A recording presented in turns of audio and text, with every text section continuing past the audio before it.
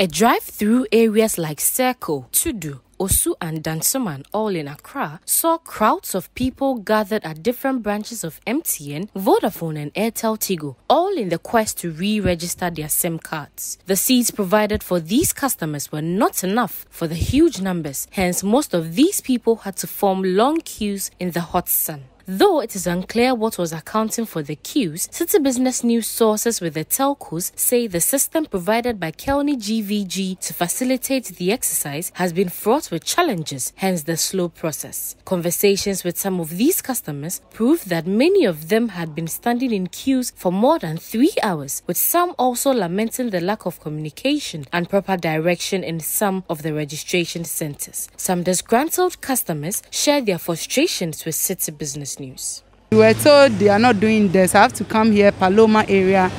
And I got here and the queue was so huge. I have to join a queue. And then I wasn't like, it was 4 queues. I didn't know which one to join. I joined a different queue. Later I was asked to come and join another one.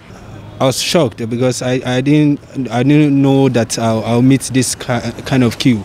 Because I waited for 2 months when the minister announced that this process will be going on, so that probably people may rush to do their registration. By January it may calm down, but still I can see a lot of queue here, and I'm still waiting for almost 20 minutes, though it's moving smoothly, but still I don't know the reason why we are still in a queue at this time after 3 months.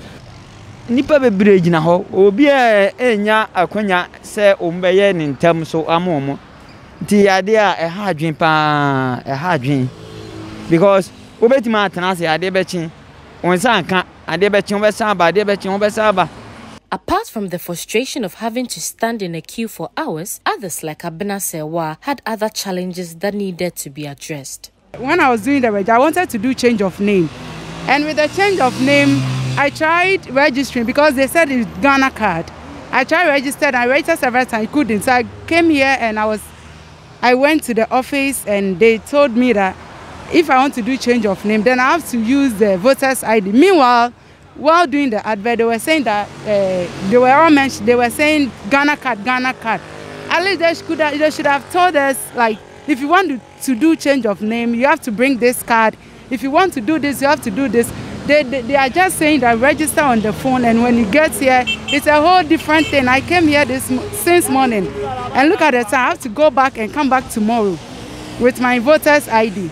A lot of these customers gave up and left with the hopes of coming at dawn the next day to complete the process. Others were also determined to remain in the queues to register their cards once and for all. With many of these customers asking for an extension of the March deadline, others like Godwin Aguya urged the network companies to open their registration centers at different places to have less people crowded at the branch offices.